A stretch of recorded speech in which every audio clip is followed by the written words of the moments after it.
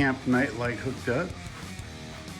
Because, you know, sometimes you need a little night light.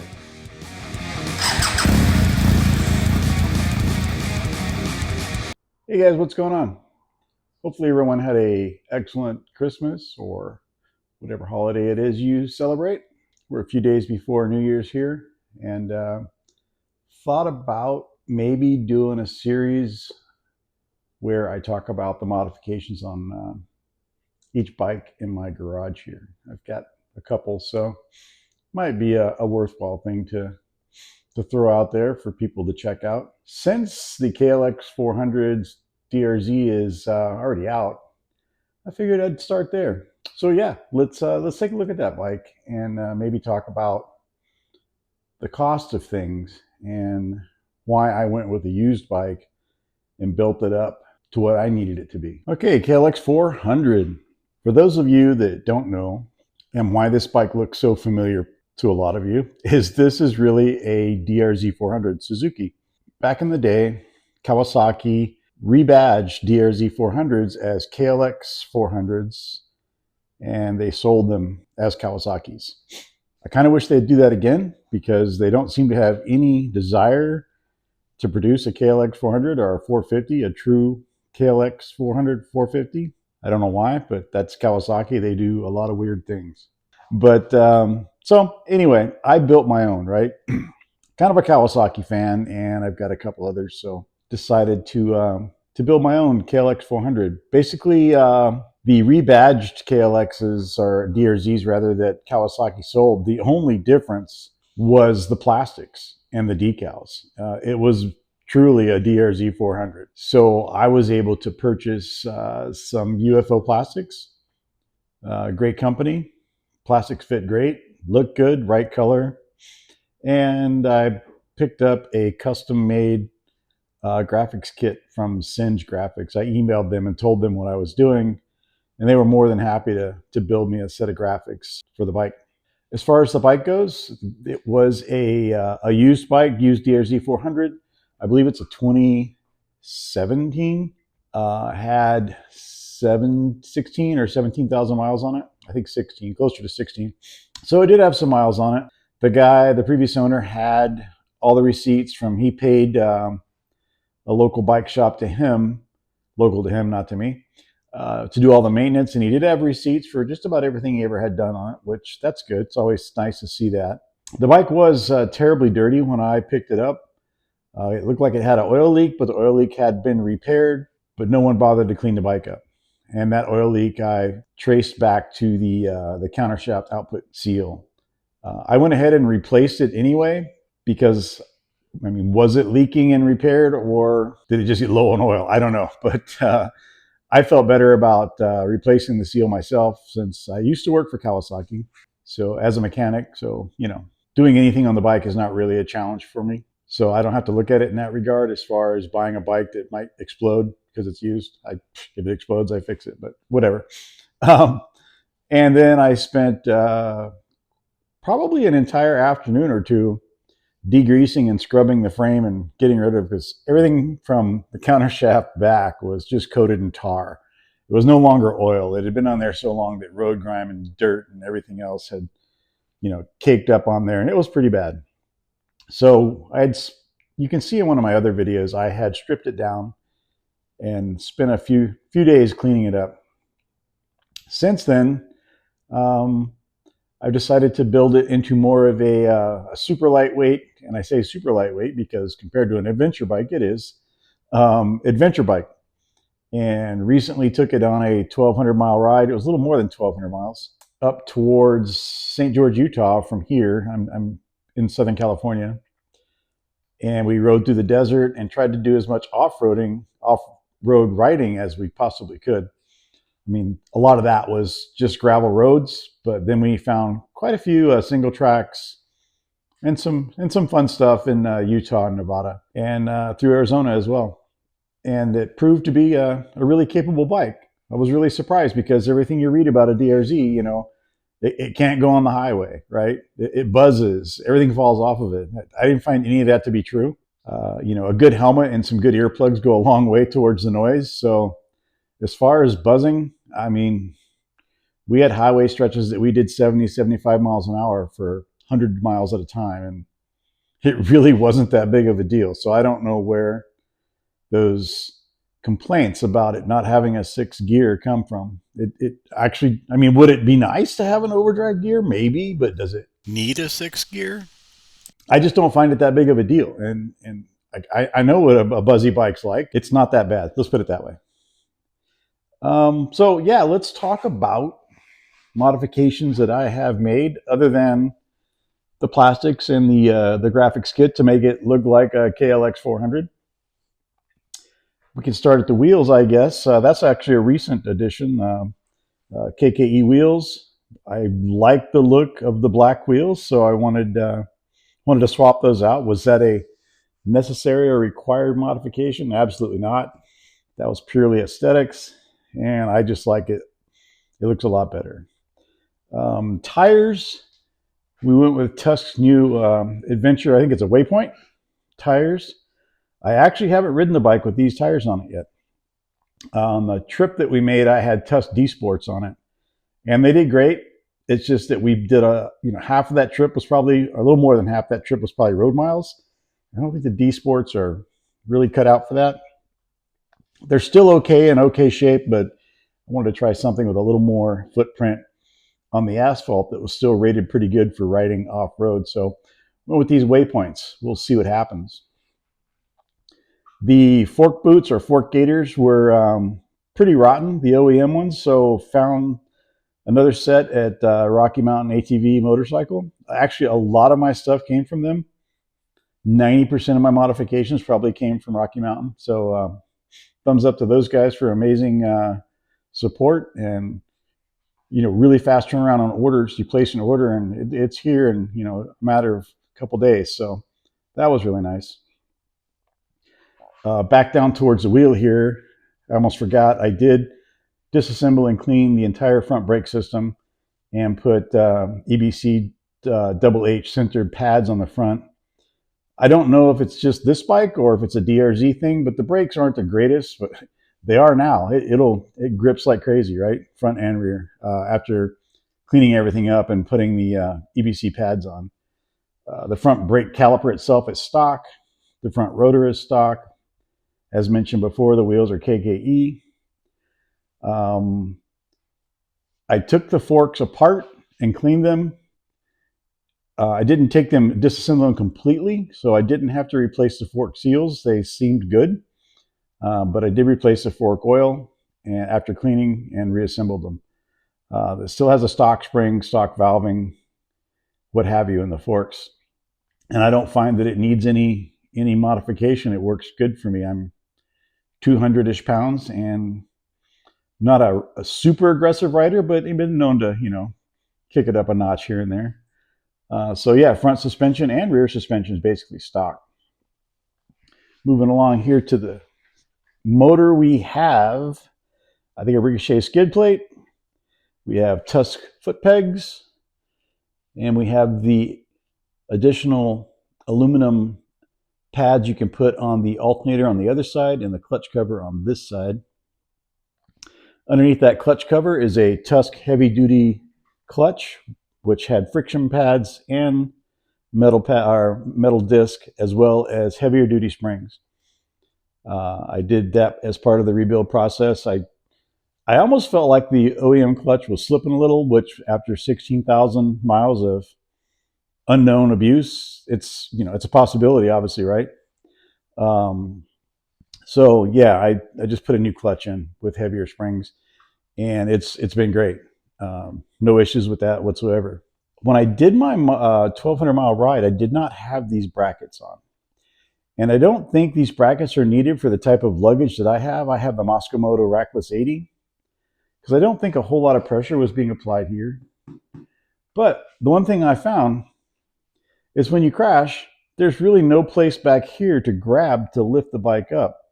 The guy I was riding with, he was on a DRZ as well, and he had these on, and his bike was so much easier to pick up because you can grab right here, you can grab under here, back here. And it just made picking it up way easier with the luggage on. So I picked up a set. You can get those on Amazon or eBay. They're not that expensive. I want to say I paid $55 for those so far. I mean, I haven't dropped the bike on them yet. They're basically there as, prevent any luggage that I might put on here from rubbing up against the plastic, and primarily to pick the bike up when you drop it, because you will drop it if you ride off-road enough. Got an FMF slip-on exhaust. Did that primarily to save weight. That's really the only reason I ever put an aftermarket exhaust on, because I don't like loud bikes. This one's borderline too loud for me, even with the spark arrestor in that I purchased separately. The heat shield there's from Moscow Moto. It came with the rackless 80 setup. Rear brakes are stock, just cleaned up, and with EBC double centered pads. And moving back, same KKE wheels, standard tubes with Tusk Adventure Waypoint tires. I have the, instead of using nuts, you can see there I have the rubber slip-on seal from Tusk for the tube. I don't run heavy-duty tubes. I don't know that a heavy-duty tube is going to stop a puncture, and there are some negative aspects to heavy-duty tubes, well, weight being one, and they tend to generate a little more heat. And I don't know. I just don't see the point. Almost 50-something years of riding off-road, and I've never run a heavy-duty tube. Don't need to change today, right? Had a tail tidy. I think this guy I believe it came from Rocky Mountain as well. It's just an aluminum bracket. That actually may have come from a different source, but it's possible it came from Rocky Mountain. Stock turn signals, because why not? They work. They're rubber mounted. Come around this side. We removed there was a canister there, I believe. Left the helmet lock on. Not sure why, but it did. A friend of mine removed the guy I went actually on the trip with, removed that and made an aluminum bracket here, and he has one of the tubular canisters right there with his toolkit in it. I may do that. Up top here we have the Tusk luggage rack, which ties into the subframe underneath. And moving along, obviously the little luggage bars come in pairs. It kind of prevents the use of the passenger peg, so I'm probably going to take those off. My wife's never going to ride this bike anyway. Got a JD jet kit in the carburetor, which is amazing, and a Tusk aftermarket foam air filter with, obviously oiled. I use these D-rings here. See if you can, better view. Along with carabiners to attach my luggage system, so it's easier to remove. The Moscow Moto also fits on the knob in here. So the top saddle clips into this. You tighten down a screw that locks in here. And then the sides will tie into each side here and over there. Sprockets are stock size. And let's see, we have the armor plate on the alternator side here. We have a Tusk shifter with a folding tip. Tusk pegs, might have mentioned that on the other side. Extra foot on the side stand. We have some lowering links. I believe they came from eBay. These are interesting, where the rear portion is off-centered, so you can, but it's splined, so you can spin it and have almost an infinite amount of adjustment. I went with just under 1 inch of lowering. I didn't want to go too far, but I just wanted to get the balls of my feet on the ground. That's probably the number one disadvantage of the DRZ, is it's tall, but all bikes are tall now, so you got to work with it somehow. Ricochet skid plate, I think we mentioned that on the other side. A Serbi 4-gallon tanks. I think it's 3.9 something gallons. Easy to put on, fits perfect, and not really that expensive. Coming up here, this is a Seat Concepts commuter seat, which was amazing on the trip, except that I wish this hump wasn't here. If you would have just made this flat all the way around, or just from here to here, right, just flat, this would have been an amazing seat for long distance riding. But this is right where you want to sit when you're adjusting your sitting position, you know, because you've been in the saddle for an hour or two. I mean, normally I'm riding up here, butt sitting right here, which is about perfect, but it sure would be nice to have the option to slide back 3 or 4 inches and put your butt right about where that ridge is. I might have that remade. I asked Seat Concepts about it, and they told me to go pound sand, basically, which is interesting since, I don't know, I've probably bought 15 seats from them in the last 5 or 6 years, but whatever.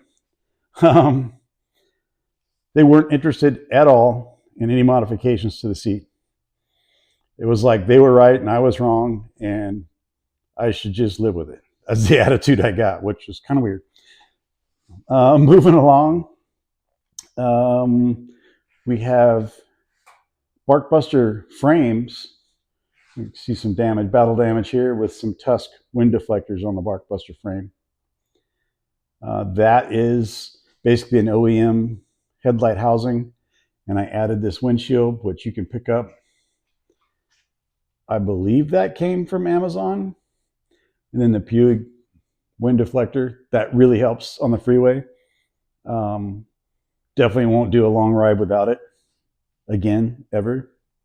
It's amazing what that little louver does in regards to airflow. It literally makes it quiet enough where I can use my helmet with my GoPro and there's hardly any wind noise. Kind of crazy. Moving around to the front, there is a bracket you can buy here from Rocky Mountain that bolts between the fender and the bottom of the triple clamp, and that gives you a place to mount some driving lights. I got a tugger that goes around the forks here, place to grab in the front to pull, pick up, whatever. Driving lights are Amazon specials. I'm not one who's going to spend $1,000 on a set of driving lights on a $3,000 motorcycle.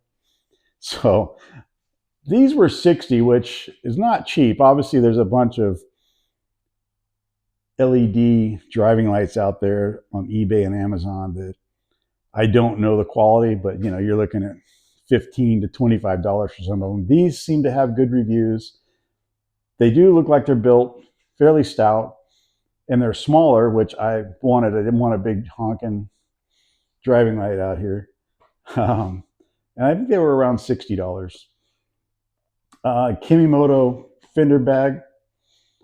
And when I was writing, I think I had the stock OEM toolkit in here along with some other tools, a spare front 21-inch tube, and a couple other things in here. Nothing in there was really heavy, and it didn't seem to have any impact on my fender. I was thought about building an aluminum bracket underneath to kind of add some support, but so far it's been fine. If it breaks, I'll buy a new fender and build an aluminum bracket, right? Moving up here to the front, the stock headlight housing, but with Rocky Mountain's LED conversion in it. It works really, really well. No complaints with that at all. So now I'm only drawing, 25 watts instead of 55 watts with the headlight, which allowed me to tap in. I actually wired these driving lights. They have their own switch, but I wired those into the low beam side. So these are on, they can be turned on with the low beam, but turn off with the high beam. Just the way I did it, don't know. It seems to work. Back to buying, super expensive driving lights. I don't ride at night anyway. And yeah, if I had to ride at night, I would want some decent lights. But I mean, in the last 5 years, I can count on one hand how many times I've ridden after dark. It's just not that many. And so I just don't see that.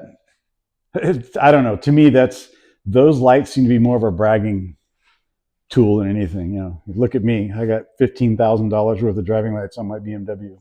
But anyway, that's something else, right? Got ram balls at various locations. I use those for cameras. Got the mirrors going here, the Enduro version, which I really like those. These are the older style, not the newer ones, but these came The newer style came out after I purchased these, so I'm not going to swap those out for the newer style just because they're newer. Got the Tusk instrument plate, which gives you more room for other items, holes for switches. Another hole over here I've mounted a RAM ball in. Got a USB slash voltmeter here. Has a Tusk lithium battery in it as well. Got the Oxford grips, the adventure model, and grip puppies on top of the Oxford grips. Let's see, what else have we got going on here? This is actually a really good combo. I have huge hands. My glove size is XXXL, so it's not a problem. Oxford grips themselves are a little larger than standard grips, and obviously with the grip puppies on, they're a lot larger, so works for me, may not work for everyone.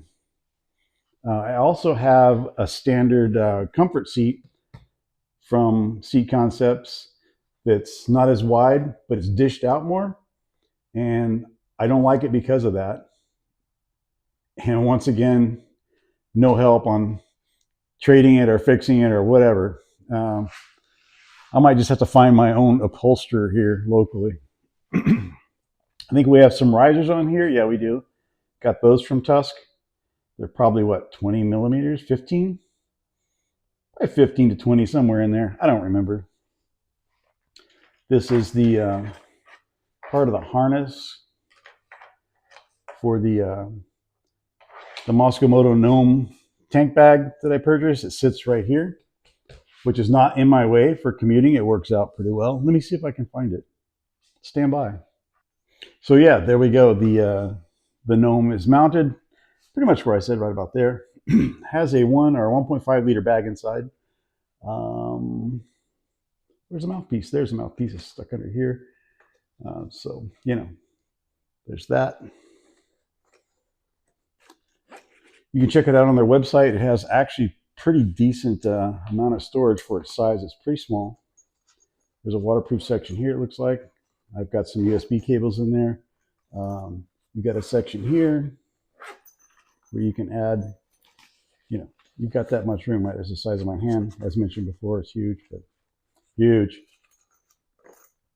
Got a little MOLLE application here where you could attach something else with the use of MOLLE straps, right?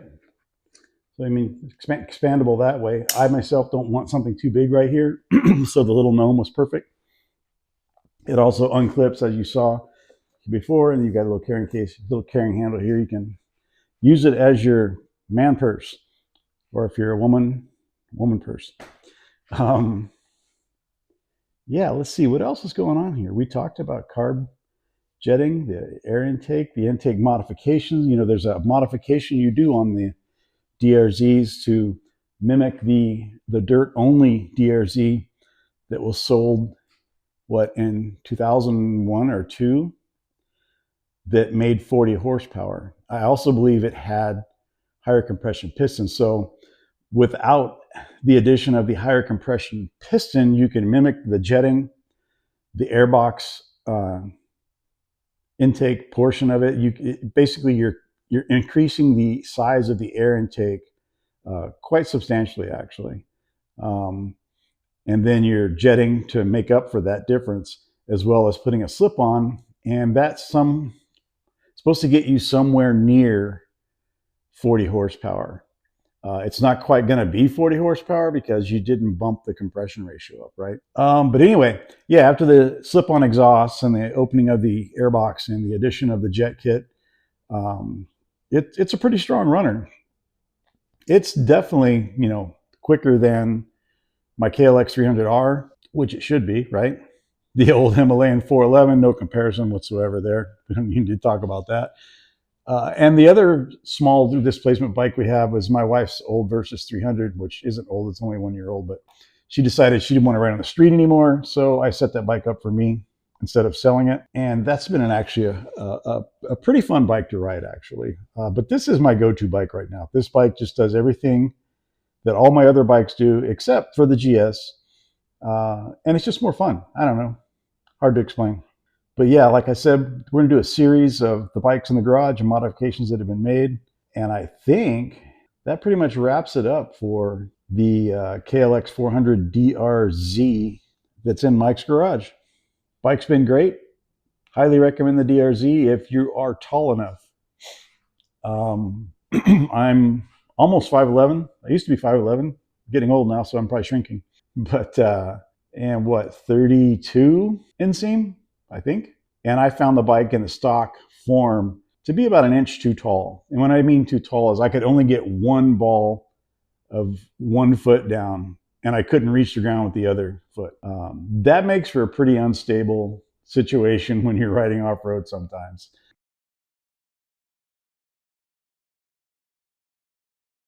So I bought a used DRZ versus buying a new bike because the dealer networks, and it's probably this way in more than just California. I don't know why I'm picking on California dealerships, but they seem to be the worst. The dealerships, especially the mega dealerships that have multi-brands, they have a really, really, really bad habit of adding way too much additional dealer markup. For example, I don't think you can get out the door with a KLX 300 or a Honda CFR or CRF 300 Rally for probably less than $8,500 in California. And that just seems ridiculous to me. For one, not the dealership's fault. California has 10% sales tax. So right off the top, right there, you're looking at on a new bike, you've got an MSRP of what's a 300 Rally, $6,500. So 650 bucks. So now you're at 7,000 something. And no BS, these dealers here will put anywhere from $1,500 to $3,000 of additional dealer markup on things. A new DRZ, for example, if you could find one, would probably be close to $9,000 out the door, if not even more. It's not uncommon for a KLX 300 or a Honda 300 Rally to be $8,500 to $8,500 out the door. They'll do things like advertise the bike with all the discounts from Honda or Kawasaki or Suzuki and go, hey, look at this KLX. It's $4,500 this week, right? And they'll turn, and it'll say plus fees, little tiny print fees. And you'll head down to the dealership. And sure enough, there'll be a big sticker on it saying, you know, there's a sale. You can get this KLX 300 for $4,500 or $4,800.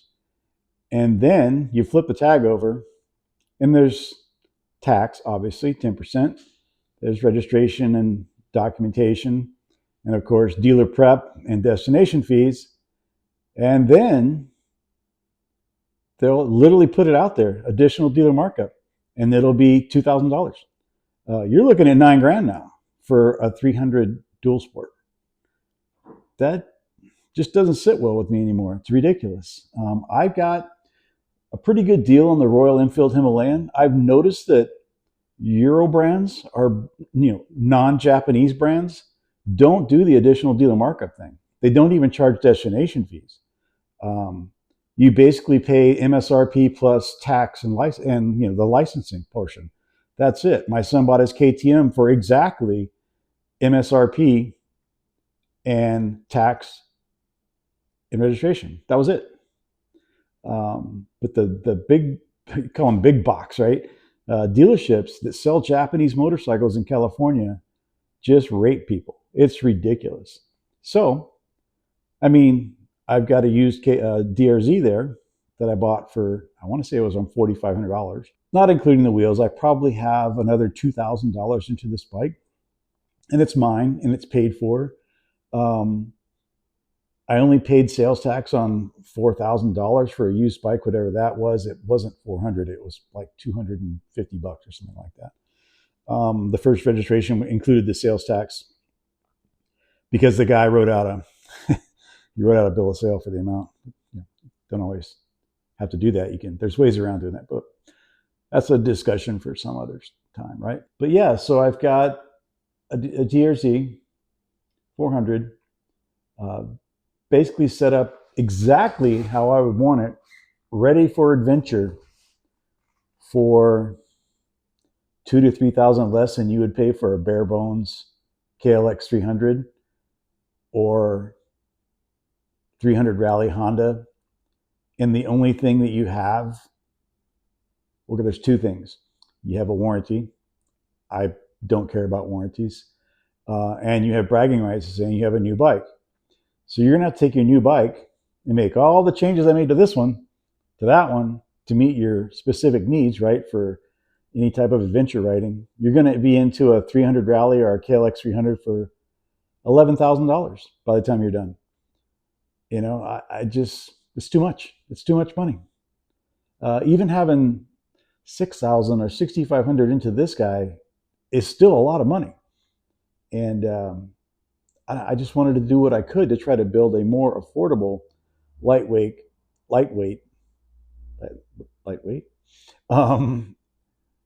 dual sport, lightweight / adventure bike that did everything I needed it to do.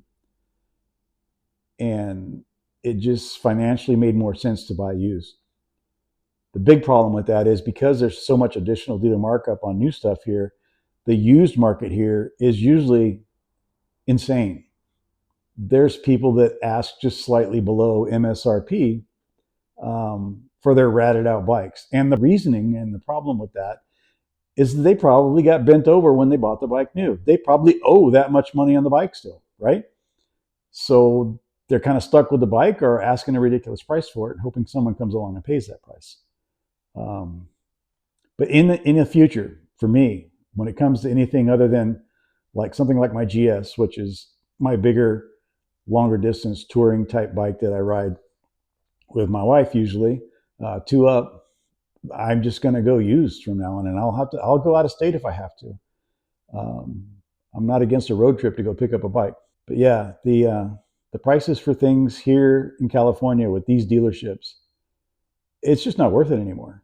But anyway, rant's over, and you guys have a super safe but fun New Year's celebration, and hopefully I'll get to throw a video in front of your face in 2025, a video or two. You guys have a great one.